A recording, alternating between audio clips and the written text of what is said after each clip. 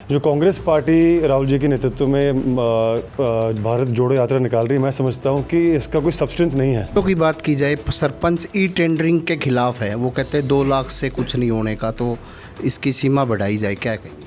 इस पर मैं ज़्यादा टिप्पणी नहीं करना चाहूँगा। आदमपुर से युवा विधायक भव्य बिश्नोई आदमपुर के आज दौरे पर है। इनसे हम बातचीत करेंगे कि जो आज सरकार ने जो बजट पेश किया है, जो इसको लेकर क्या कहेंगे। सर, जो बजट पेश किया है, किसान और व्यापारी इससे संतुष्ट नहीं है, क्या कहेंगे?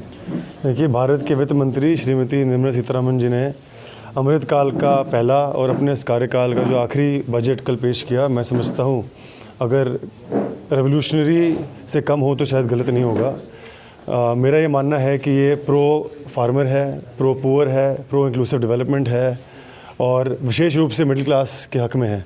और मैं उनको बधाई देता हूँ कि एक प्रकार से इन्होंने आने वाले 20-25 साल की नींव इस बजट के माध्यम से उन्होंने रखी है। राहुल गांधी ने अभी भारत जोड़ो यात्रा अभी चलाई थी पूरे देश भर में। अभी हाथ से हाथ जोड़ो यात्रा अभी चलेगी, जो भी है हरियाणा में। तो कैसे देखते हैं कि कांग्रेस हरियाणा में अपना कितना जनाधार? देखिए, आमतौर पे अगर कोई जनप्रतिनिधि या कोई नेता अगर पदयात्रा पे निकलता है तो उसका प्रभाव निश्चित रूप से होता है। एक ज़माने में महात्मा गांधी ने सॉल्ट मार्च निकाला था और आज इसी वजह से आज हमारा देश स्वतंत्र है। लेकिन महत्वपूर्ण ये होता है कि उस जो मार्च है उसका उद्देश्य क्या है। जो कांग्रेस पार्टी राहुल जी के नेतृत्व में भारत जोड़ो यात्रा निकाल रही है, मैं समझता हूँ कि इसका कोई सब्सटेंस नहीं है। ये तो सिर्फ अगर पार्टी पर को जोड़ने में ध्यान दे तो मेरे ख्याल में फ़ायदे में रहेंगे। भव्य जी, जो आदमपुर के जो 5 गांव हैं जिनको मालिकाना हक के लिए आपने वायदा किया था, तो क्या लगता है उनको कब तक हो पाएगा? अभी तक मालिकाना हक नहीं मिला। देखिए, निश्चित रूप से अगले चुनाव से पहले तक, क्योंकि सीएम साहब ने भी सब 5 गाँव के लोगों से मुलाकात की थी, उनको आश्वासन दिया था। मैं भी आपने देखा था पिछले दिनों मैंने सदन में भी इन 5 गाँव की आवाज़ उठाई थी और सीएम साहब ने मुझे भी आश्वासन दिया है कि जो प्रोसेस है वो ड्यू प्रोसेस फॉलो हो रहा है। ड्रोन सर्वे हो गया है और जल्द से जल्द उनको मालिकाना हक भी मिलने का काम वो करेंगे, सुनिश्चित। सर, हिसार का जो दूरदर्शन शिफ्ट हो गया है चंडीगढ़, इसको लेकर लोग धरने पर बैठे हैं, तो आप क्या कहेंगे? आपके हिसार का है ये? चौधरी भजनाल परिवार दूरदर्शन के जितने भी साथी जुड़े हुए हैं उनके साथ है और इनकी मांगे भी जायज़ है। मैं इनकी बात को सीएम साहब तक पहुंचाने का काम करूंगा।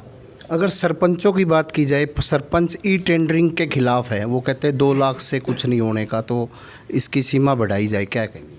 इस पर मैं ज़्यादा टिप्पणी नहीं करना चाहूँगा। सीएम साहब की एक प्रकार की सोच है, दूरदर्शी सोच है, ताकि जो हमारे सिस्टम में है करप्शन कम हो। लेकिन जो मांगे अगर सरपंचों की है तो मैं और गहराई से समझना चाहूँगा कि क्या वजह है जिन वजह से वो धरने पर है, और जो जायज़ होगा मैं वो करने का काम करेंगे।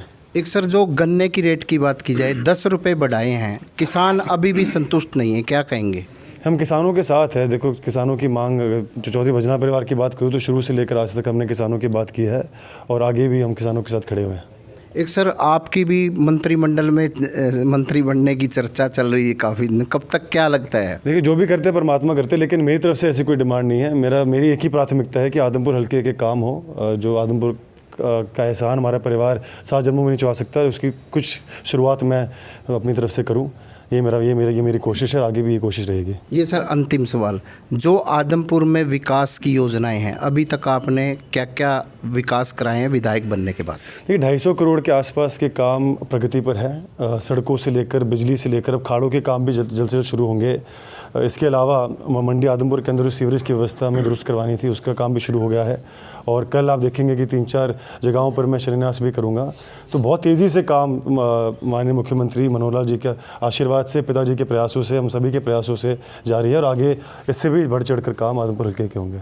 जी, ये थे भव्य बिश्नोई विधायक। इन्होंने यही कहा कि आदमपुर के विकास में कोई कमी नहीं छोड़ी जाएगी। अभी भी लगातार जो कई विकास कार्यों का शिलान्यास भी करेंगे और ऐसे में आदमपुर के विकास में कोई कमी नहीं आने दी जाएगी। प्रवीण कुमार, हिसार।